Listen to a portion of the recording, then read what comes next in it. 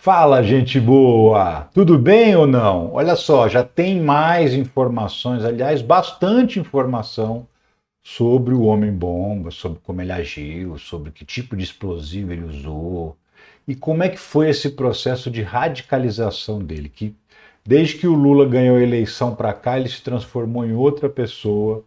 Você vai saber desses detalhes. Também vou te contar que o Milei, eu já tinha te falado esses dias para trás, né, que o Milei não ia dar guarida para os bolsonaristas que estão foragidos lá. E agora a justiça mandou prender todo mundo.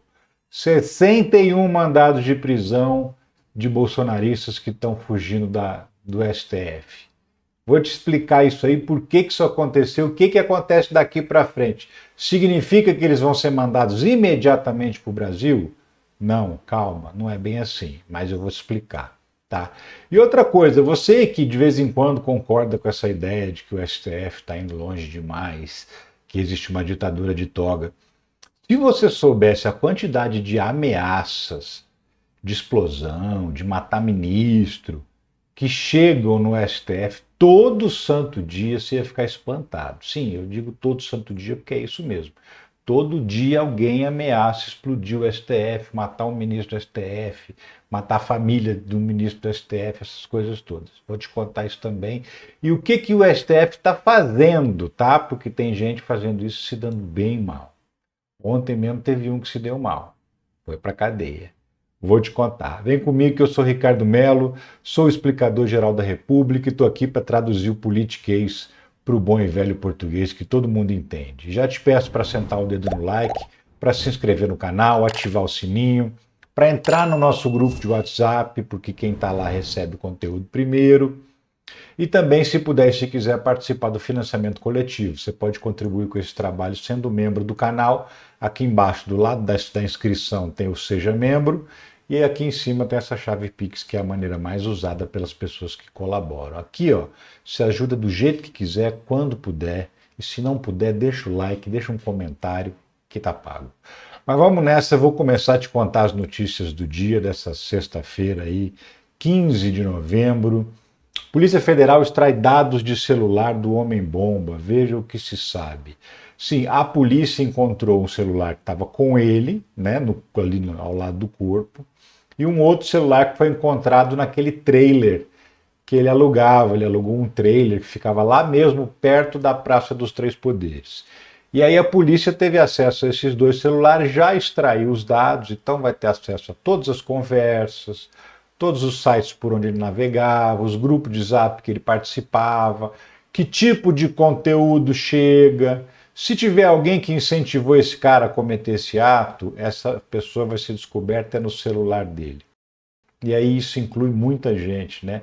Inclusive gente importante pode rodar por causa disso, porque dependendo do quanto influenciou, né? A gente viu ontem mesmo, a gente falou sobre isso aqui, Bolsonaro com aqueles discursos de que as pessoas tinham que dar a vida delas, tinham que entrar na guerra. Enfim, isso pode trazer vinculações diretas com os discursos radicais do Jair Bolsonaro e isso pode complicar ele dentro do processo. Mas a história segue. O Homem-Bomba chegou a Brasília em julho. Veja a foto de explosão em casa após o PF abrir gaveta. Tá vendo essa fotografia aqui? Ó, é da kitnet que ele alugava lá em Brasília. E o danado, sabe o que ele fez? Ele colocou uma armadilha, ele colocou um explosivo na casa com um acionamento ao abrir a gaveta do móvel. Ou seja, ele armou para tentar explodir um policial, alguém que fosse lá, porque ele sabia que as autoridades iam lá assim que ele cometesse o atentado, como de fato aconteceu. A sorte dos policiais que foram nessa situação aí é que eles colocaram um robô antibomba para abrir a gaveta. Eles não estavam lá dentro, perto, então ninguém se machucou. Mas poderia ter matado um policial ou mais de um policial com essa armadilha que ele deixou. Além disso, ele incendiou o carro lá com fogos de artifício para chamar atenção, para desviar o foco, para a polícia, bombeiro ir lá na direção do carro.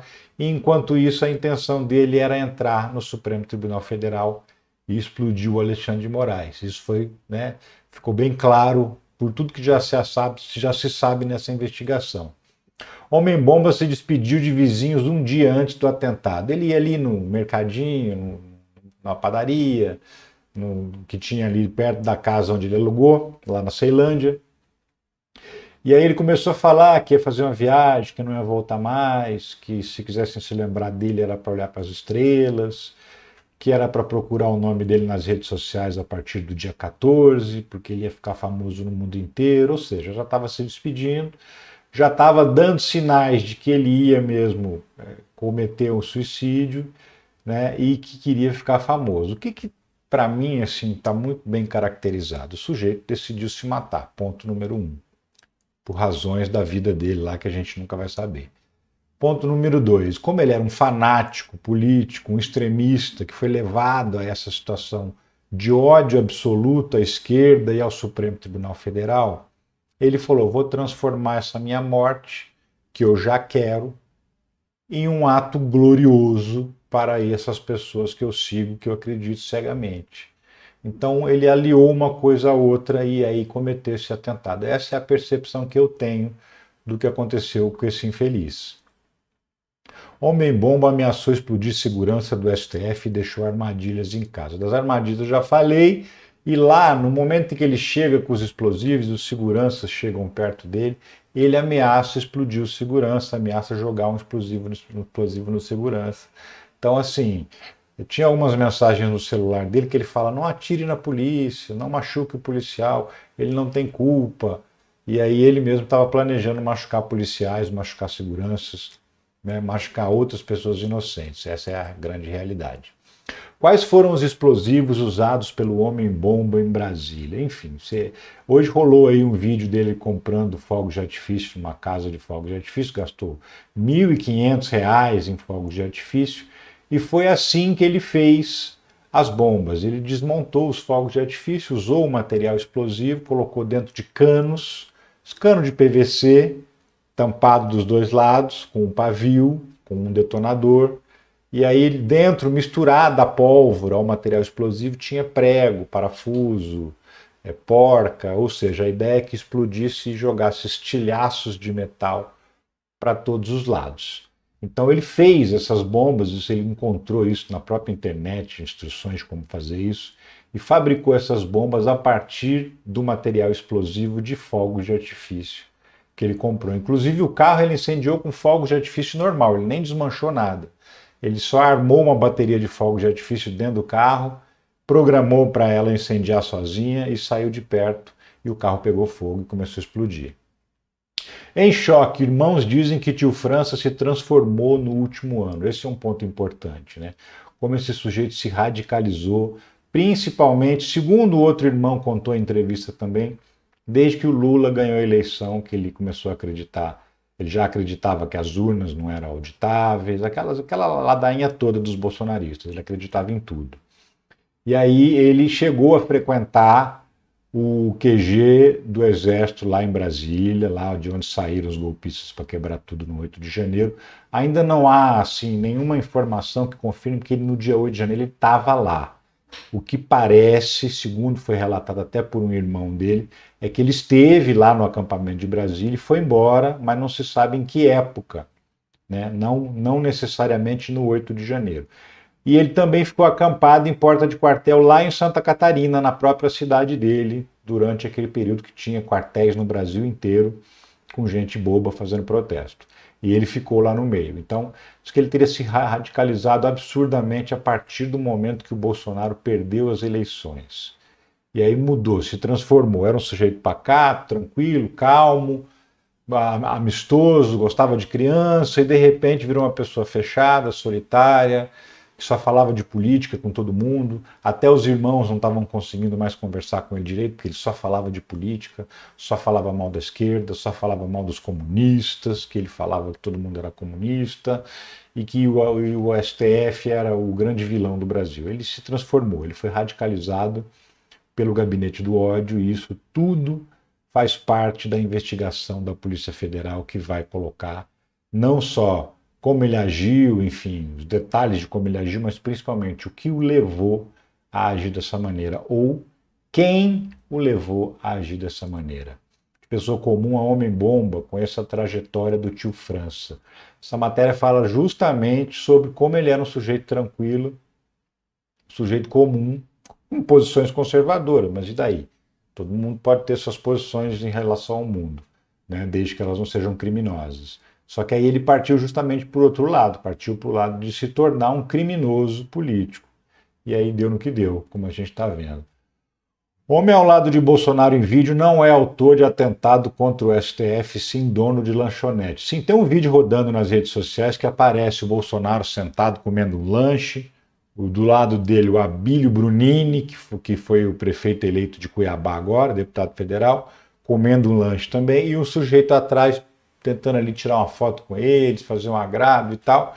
Isso está sendo divulgado como se fosse o homem-bomba do STF. Por quê? Porque o cara é carequinha, usa óculos, essas características em comum confundem mesmo as pessoas. Mas não, não é a mesma pessoa. Essa pessoa do vídeo é o dono da lanchonete onde o Bolsonaro estava comendo lanche lá com o Abílio Brunini. Por que eu estou esclarecendo isso? Porque tem muita gente progressista distribuindo esse vídeo achando que ele é verdadeiro, mas ele não é. Se a gente não quer fake news, a gente não quer fake news nossa também, certo? Então é isso. No vídeo não é o Bolsonaro. Aliás, é o Bolsonaro, não é o homem-bomba, e sim outra pessoa. O resultado agora que está se falando nos bastidores lá de Brasília é que a regulamentação das redes sociais pode avançar depois desse atentado à bomba. Por quê? Ah, mas o Congresso sentou em cima, o Lira não deixou. Então, só que existe uma proposta de regulamentação no Supremo Tribunal Federal. O próprio Supremo faria uma regulamentação. Por quê? Porque a Constituição também estabelece que quando um poder é omisso, no caso legislativo, quando ele se omite de uma situação que provoca grave risco à paz social, o próprio Supremo Tribunal Federal pode fazer essa regulamentação. E essa regulamentação nada mais é do que estabelecer que aquilo que é crime aqui na vida real também é crime lá na rede social e tem que tirar. As próprias redes sociais, as plataformas já demonstraram nas eleições que tecnicamente dá para retirar uma fake news do ar em 2 horas. Elas já demonstraram isso, porque nas eleições esse era o prazo para retirar fake news do ar, não só nessas eleições desse ano, como até as de 2022. Elas já faziam isso em 2 horas. Então, o Supremo Tribunal Federal pode aproveitar essa deixa do atentado à bomba, que foi provocado por um sujeito que foi radicalizado pelas redes sociais, para fazer a regulamentação que o Congresso não faz. O Congresso está sentado em cima. Então, o tiro pode ter saído pela culatra 2 vezes para esses golpistas. A primeira, que enterrou o projeto da anistia, não sai mais depois desse atentado. E a segunda, que ainda pode sair a regulamentação da rede social, que é o desespero dos congressistas de direita, de extrema direita, porque é dali que eles tiram o sustento, é espalhando mentira pelas redes sociais. Enfim, mudando de assunto, rapidinho. A STF recebeu mais de 1.000 ameaças desde o dia 8 de janeiro, média de 3 por dia. Sim, 8 de janeiro de 2023, quando aconteceu aquela tentativa de golpe, de lá para cá, o STF já recebeu mais de 1.000 mensagens, e-mails, cartas, tudo quanto é tipo de mensagem que chega ao STF com ameaça de explosão, com ameaça de assassinato de ministro, com ameaça de assassinato de familiares dos ministros, tudo porque é gente que foi... tudo coisa de gente que foi instada, foi induzida a odiar o STF e as decisões do STF. Então, para você ver, se dá uma média de 3 por dia, 3 vezes ao dia o STF é ameaçado de alguma coisa, e aí a polícia sempre entra, avalia, né? Se você é um borra-bota, não dá nem tempo de procurar tanta gente, mas tem gente que está se dando mal, tem gente que está fazendo isso e está se dando muito mal, como esse sujeito aqui, ó. Polícia apura possível relação entre hacker preso e autor das explosões. Ontem eu falei no vídeo sobre a prisão desse sujeito, até mostrei o pé na porta da polícia lá no apartamento dele, né? O vídeo está lá, dá uma olhada. E aí o sujeito foi preso porque ele mandava ameaças ao Supremo Tribunal Federal, ameaça de explosão à bomba, ameaça de matar todo mundo, mas ele não fazia isso só com o Supremo Tribunal Federal, não. ele ameaçou explodir bomba no Congresso Nacional e ele mandava mensagens para principalmente mulheres, deputadas estaduais, deputadas federais, geralmente mulheres pretas de esquerda. Ele mandava mensagens ofensivas, racistas, ameaçadoras, sim, ele ameaçava também essas deputadas, ameaçava matar, botar fogo no corpo, essas coisas todas. E aí o sujeito era realmente uma pessoa muito, muito ruim. E a polícia descobriu, localizou ele, já estava um tempo estava procurando esse cara, mas foi localizado em Jundiaí, bem pertinho de São Paulo, e foi preso. É um extremista digital, né? O que o tio França fazia no plano físico, esse sujeito fazia na internet. Todo tipo de ameaça, de ofensa, de envio de desinformação, enfim. E principalmente ameaça, né? Olha só, ele mandou um e-mail pedindo 450 mil reais para não explodir o Congresso Nacional. No e-mail ele dizia que tem lá uma bomba armada com não sei quantos quilos, uma bomba de tamanho médio. Está aqui, esse texto aqui. Escrevo para informar que um dos meus homens escondeu uma bomba feita de papapá dentro das dependências do Congresso Nacional. A bomba que está nesse exato momento é de médio porte. Se vocês não quiserem recolher pedaços de pessoas durante um mês, exige a transferência de 450 mil reais. Ou seja, ainda fazia das ameaças terroristas um jeito de tentar ganhar dinheiro, né? Foi preso, vai para Papuda, vai responder esse processo, vai ficar preso preventivamente, possivelmente, porque agora vai ter audiência de custódia, né? O juiz vai decidir se ele permanece preso ou se ele responde em liberdade. Dado o histórico do tipo de ameaça que ele faz, do tipo de crime que ele comete, ele vai ficar preso e aí vai responder esse processo em cana. E por falar em preso, meu amigo, minha amiga, Justiça Argentina emite mandados de prisão contra 61 foragidos do 8 de janeiro.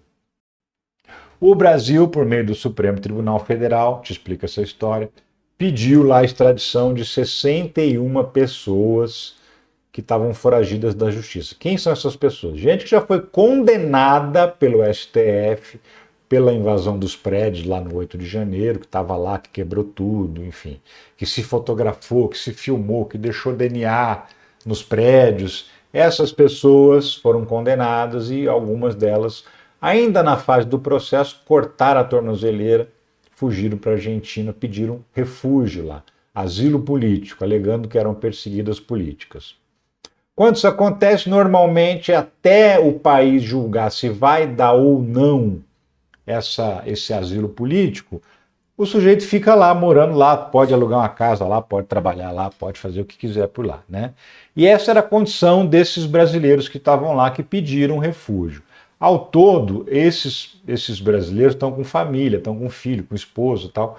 São mais de 180 pedidos de asilo político, justamente porque tem esses parentes que não são procurados pela justiça, então não conta aí nessa lista de pedir a extradição. A pessoa é livre, ela pode ir para lá. Só que soma com esses procurados aí, desses 61 viraram mais de 180, acho que 185 pessoas que pediram refúgio na Argentina, brasileiros. Geralmente familiares desses 61 aí. E aí, um juiz hoje mandou prender essa galera. Prende, temos que ter eles aqui sob nossa custódia para a gente decidir o que vai fazer com eles. É isso que aconteceu. 2 brasileiros já foram presos, depois que a justiça mandou prender esses foragidos. Um deles foi lá na imigração fazer a renovação do documento para ele ficar na Argentina. Quando chegou lá, descobriu que tinha um mandado de prisão contra ele e ficou lá mesmo. De lá foi mandado para a cadeia. Esse juiz que está julgando o caso, ele é um jurista assim, especializadíssimo na área. Ele é professor da Universidade de Buenos Aires, que é uma das universidades mais prestigiados aí da América do Sul. E esse juiz, assim, todos os processos caíram na mão dele. Quando o STF fez o pedido para poder deportar esses condenados, chegava lá na Argentina, cada pedido que chegava ia para um tribunal diferente, ia para um juiz diferente. Aí o Ministério Público da Argentina falou, peraí, tudo isso aí é um assunto só, tem que ser julgado por uma pessoa só. Fez um pedido para a justiça concordou, e designou então todos os processos para a mão desse mesmo juiz. E agora ele vai analisar um por um os pedidos para saber quem deve, quem não deve realmente receber esse refúgio, mas até ter uma resposta, essas pessoas vão permanecer presas por ordem desse juiz.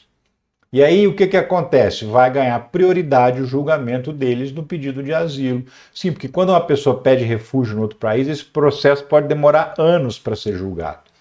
E aí a pessoa fica lá, eternamente. Nesse caso, não.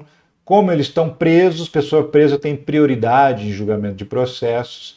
Esses pedidos deles de refúgio, de asilo político na Argentina, vão ser julgados assim mais rapidamente. E até lá vão ficar presos. E aí depois o juiz decide como é que vai fazer a extradição. E aí extradita todo mundo para o Brasil, vai todo mundo para Papuda encontrar os outros que já estão lá, com um diferencial, né? Vão demorar mais para sair, porque se demoram mais para entrar, também demoram mais para sair. É isso que está acontecendo. O Milei barra bolsonaristas, a Argentina não considerar refúgio a denunciados ou condenados. Essa matéria é de pouco tempo atrás, ó, menos de um mês atrás, 22 de outubro, porque o Milei, desculpa a confusão, o Milei, ele assinou um decreto estabelecendo novas regras para quem podia ter direito a ter refúgio político na Argentina. Então, assim, se o sujeito foi condenado no seu país de origem por um crime grave, comum, por crime contra a paz social, que é o caso, né, tentativa de golpe de Estado, uma série de crimes específicos, a Argentina não dará refúgio a essas pessoas. Então, essa mudança na legislação argentina abriu essa brecha para essa galera ser presa, porque essa galera é condenada por crime grave e por crime que ameaça a paz social. Então, eles se enquadram nesse novo decreto do Milei, que não concede asilo político para quem é condenado por esse tipo de crime. Ou seja, mês passado o Milei já deu a letra, falou, não vamos segurar ninguém.